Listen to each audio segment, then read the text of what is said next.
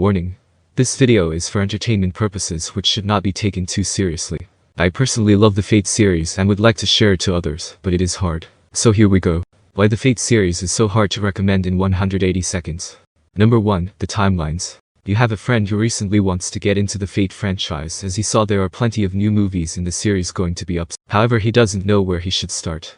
You recommend him or her to start with the Fate UPW show in 2014. After watching 24 episodes about a man chasing his dream, your friend starts watching the most recent show called Fate Grand Order. 5 minutes later he texts you and asks you tons of questions like, who the hell is this guy? Why is this saber not the same as that saber? Why is there a freaking rank called the Avenger? You feel slightly annoyed, but also glad that you finally have a chance to explain to a person how this whole freaking system works. After talking about how this guy not getting summoned would lead to this happen, and how these guys all getting killed would lead to this storyline showing up, and how could this man not going for this war would lead to this cute girl not getting killed and will become a cute fighter with tons of fans. Your friend simply replied, I'm getting out of here, this is so confusing, don't recommend it anymore. Why?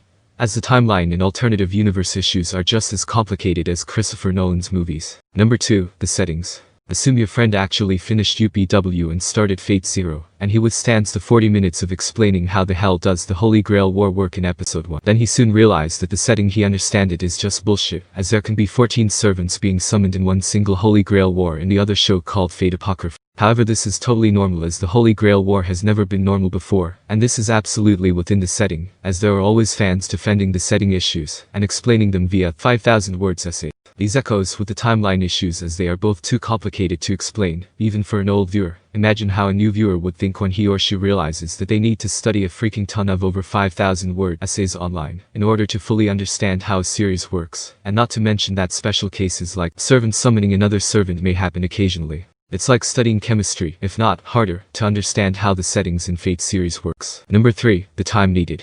This point is a sum up of the above two issues. It is really hard to get a friend into the Fate series as now is 2020, where everything is going for fast and efficiency. In order to have a basic knowledge on the series, you need to watch 24 episodes plus another 24 episodes of UPW and Zero respectively, which means that you would need to spend 42 times 4 plus 23 times 44 minutes, which is roughly 1,180 minutes to get into one single timeline. As there are at least 5 timelines in the series, it can cost you at least 3,000 minutes. Not to mention there will always, I repeat, always, be special cases within the settings, so you would experience how your understandings being crushed down to ground zero. If I have more than 5,000 minutes to spare, why don't I just watch Sword Art Online or Demon Slayer or other series instead to get into the trend? This is the 21st century, everything is about efficiency and fast. And that's why the Fate series is so hard to recommend and get into.